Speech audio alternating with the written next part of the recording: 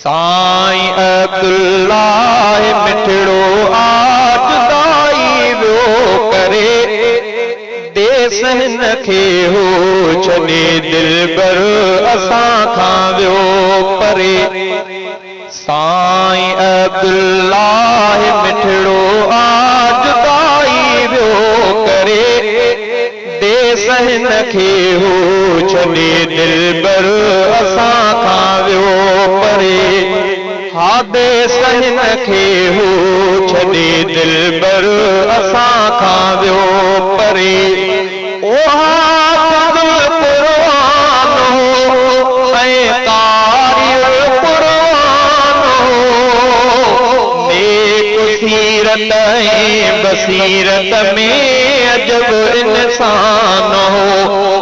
हाफ़िज़ुल क़ुरान हो ऐं क़ारिउल क़ुरान हो, नेक सीरत ऐं बसीरत में अजब इंसान हो।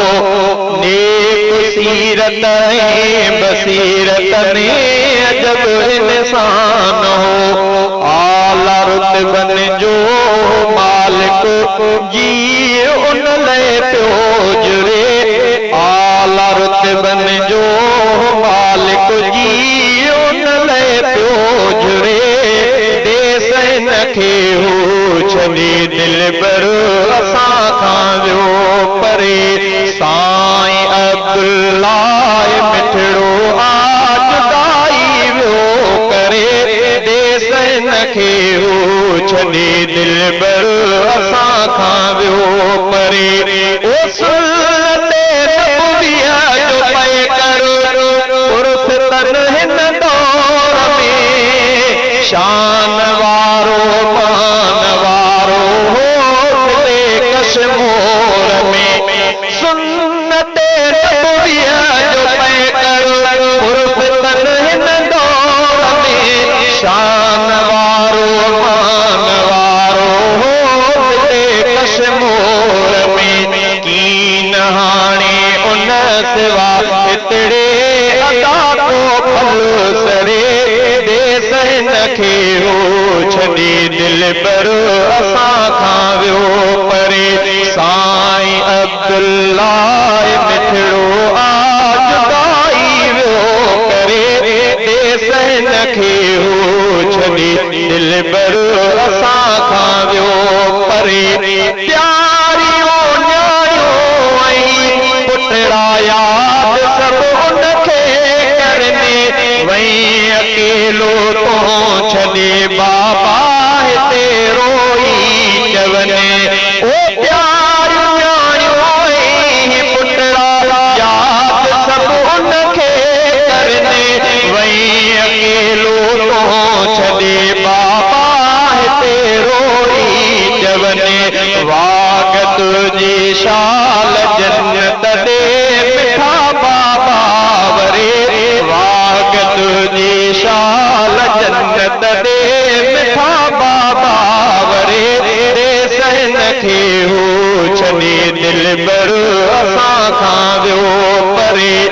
जामिया हिफ़्ज़ुल क़ुरान जे अजी मेहमान थिया, रंग लातो उन सभई थी हाफ़िज़े क़ुरान पिया।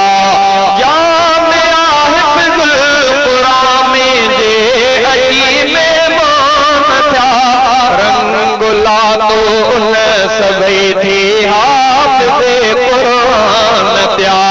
सारे उन खे रोई पिया तालिब सभई सदका भरे, सारे उन खे रोई पिया तालिब सभई सदका भरे, देस हिन खे हो छॾे दिलबर असां खां वियो परे।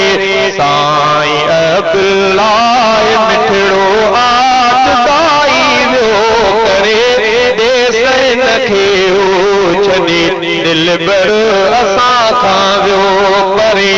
हाजे कई क़ुरान जी खिदमत अदा सारी उमिरि, हाफ़िज़े क़ुरान जोड़े आख़िरत लए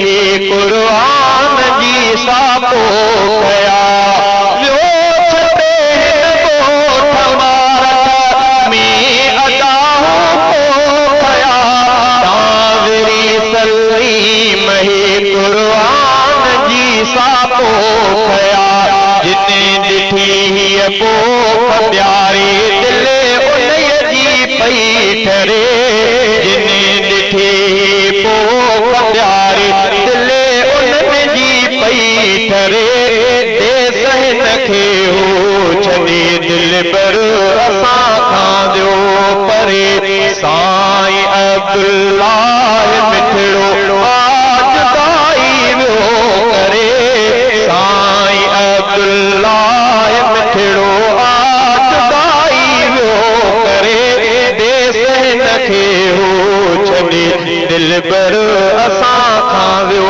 परे हा देस हिन खे हो छॾे दिल बर असां खां वियो परे।